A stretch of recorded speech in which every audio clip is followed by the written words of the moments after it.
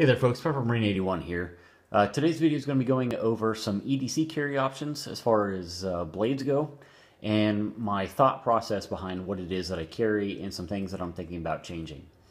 I will apologize right off the bat for the crudeness of the video. My tripod broke, so I'm going to have to freehand this. So I'll try to keep it as steady as possible, but please just bear with me as far as the movement goes. I'll explain briefly what you have in front of you on the table from top to bottom. If you don't know, most of you probably know what these blades are. The top one is a Cold Steel Recon 1.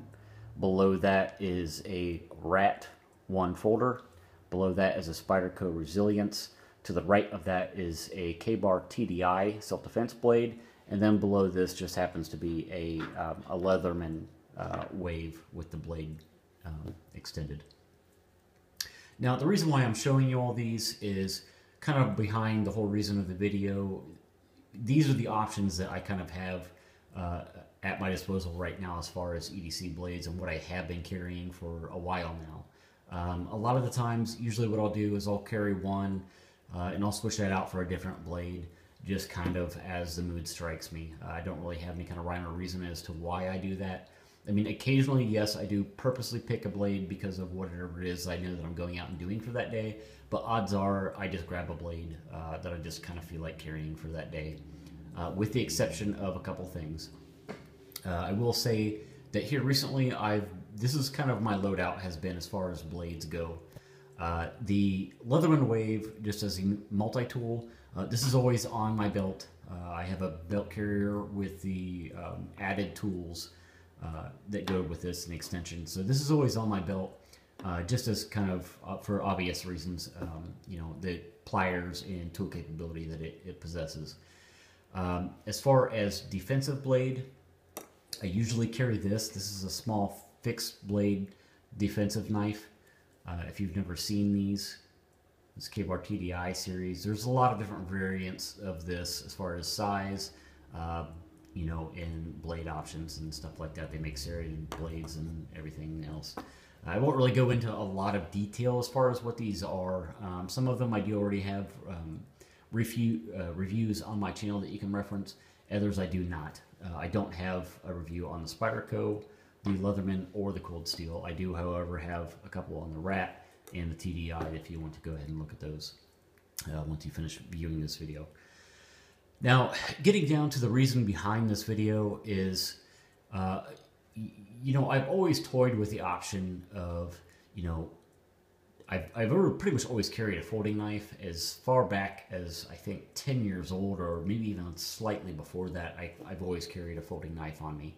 I just kind of always liked having one on me for obvious reasons. And I've carried numerous blades from different manufacturers, and I won't really go too in depth into that. Let's just say that I've tried quite a few different steels out there, different manufacturers, different blade styles. You name it, I've probably had it on my pocket. That being said, there have been times where I've thought that the folding blade option was not the best option. What I mean by that is going to a small fixed blade. And I know that there's guys that, you know, are on both sides of the fence of this, the pros and cons of having a folding option rather than a fixed blade, and vice versa. And each one has its own merits. I'm not going to sit here and say that hands down it's better to have one or the other. I'm just giving you my 2 cents on the subject, and kind of probably what I'm going to try out here and my reasons for that. Basically, what I've encountered is I use my blades a lot throughout, you know, day-to-day tasks. It seems like I use my knives quite a bit. I don't know if that's just because I prefer to use my blade rather than, you know, using some other kind of tool, you know, for whatever reason. I just prefer to do that, or I encounter situations where, you know, you just need a knife. But for me personally, I have always seemed to use my blades quite heavily. And the problem that I have always encountered is, regardless of manufacturer, regardless of quality, it just seems like the heavy use of a folding knife seems to not be the best option for me personally, because of the fact that you use it so much. You know, I end up having problems with even with high quality blades where you start to get blade play in it. You got to tighten up the pivot screws, you know, or you get a lot of heavy wear marks on stuff, which, you know, is not a bad thing. You know, I think, you know, if you have a blade that has some heavy wear marks on it, you know, it just kind of adds to the cool factor of, you know, how it looks. It looks neater, in my opinion, if it's been, you know, heavily used. You can tell it's not just something that just sits in your pocket for looks. You're somebody who uses it. But that's, you know, I'm getting sidetracked with that. My point is that it just seems like with any folding knife that I have ever used, even if it is, you know, something that would quote unquote be considered a heavy use folding blade, that's purpose built for that the folding blade has to be built to a certain point to be able to withstand that level of usage, that now you're starting to lose a lot of the benefits, I guess, of having a folding blade, that you might as well just jump to a small fixed blade because of the benefits that go beyond having a, you know, like a folding blade that's built like a tank. Like, let's just use an example of a zero tolerance. Like, take, you know, the 0300 or the 0350, something like that, that is just built like a damn tank, which is a very, very good option. It has a folding blade that's heavy use. But you start to look at the cost of that. Like, how expensive is that blade? What, $200 roughly? I might be off on that, but, you know, $200 for a folding blade. Why is it $200?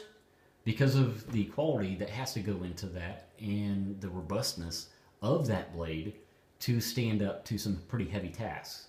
Well, look at some other smaller fixed blade options that can do the job of that blade for its size and strength, and quite honestly, probably better because it is a fixed blade. Look at some of the rat options in fixed blade. Or, I mean, I know that I'm not naming all of these, like the Azula or stuff like that.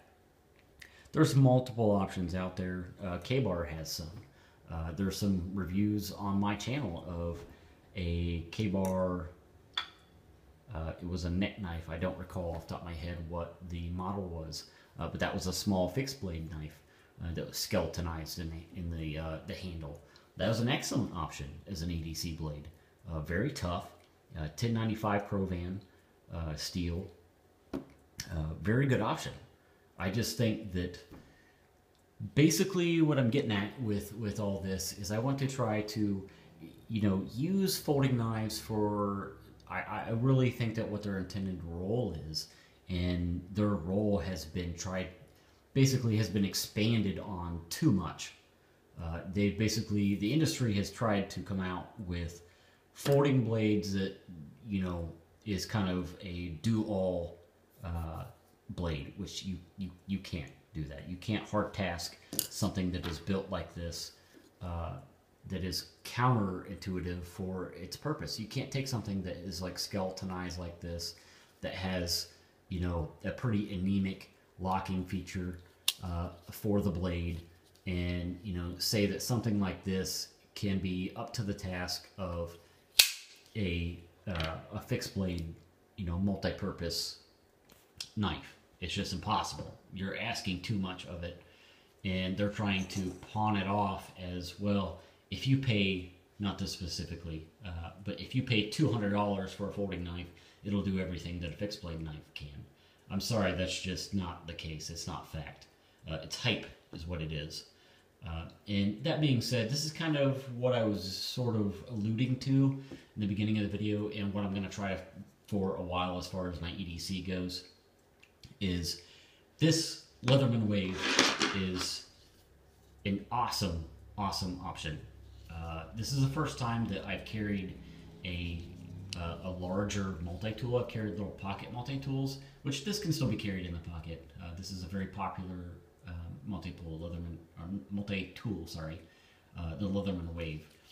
It has a lot of really good options to it. It's very well built. It's not extremely expensive. You know, they stand behind their products.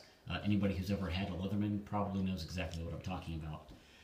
So basically what I'm getting at is my thoughts are, instead of carrying something like this or this or this, for the role of, quite honestly, this that can do everything that these can, that just happens to be already on my multi-tool. This is an extra piece of gear with the extra weight that, quite honestly, is kind of pointless since this is on here. I can carry a multi-tool which has the blade in it, a couple blades, and a lot of other functions on it that are beneficial, especially the pliers and everything else that is on here. I can carry this, replace carrying one of these. I can carry one of these as a defensive blade that's not that, you know, heavy or anything like that. It is also fixed, by the way, full tang, something like that. This primarily is more geared toward weapons retention as far as my pistol goes. You look that up. The design behind this was to fight people off if they're trying to gain access to your firearm in your holster, or you're wrestling around with somebody, or not even just that, just as a all-around general self-defense blade. Because of its design and everything, it is extremely lethal when compared to just a regular straight blade. But that's, again, another review in itself. So, you know, I figure you carry something like this that speaks for itself. Carry a self-defense blade, and if you really, really want to, which I'm probably going to try to incorporate, maybe, you know, in a Zula or something like that. I've been kind of eyeing that for a while. A small fixed blade, maybe something like this size, maybe even a little bit smaller, as a utilitarian blade, fixed blade.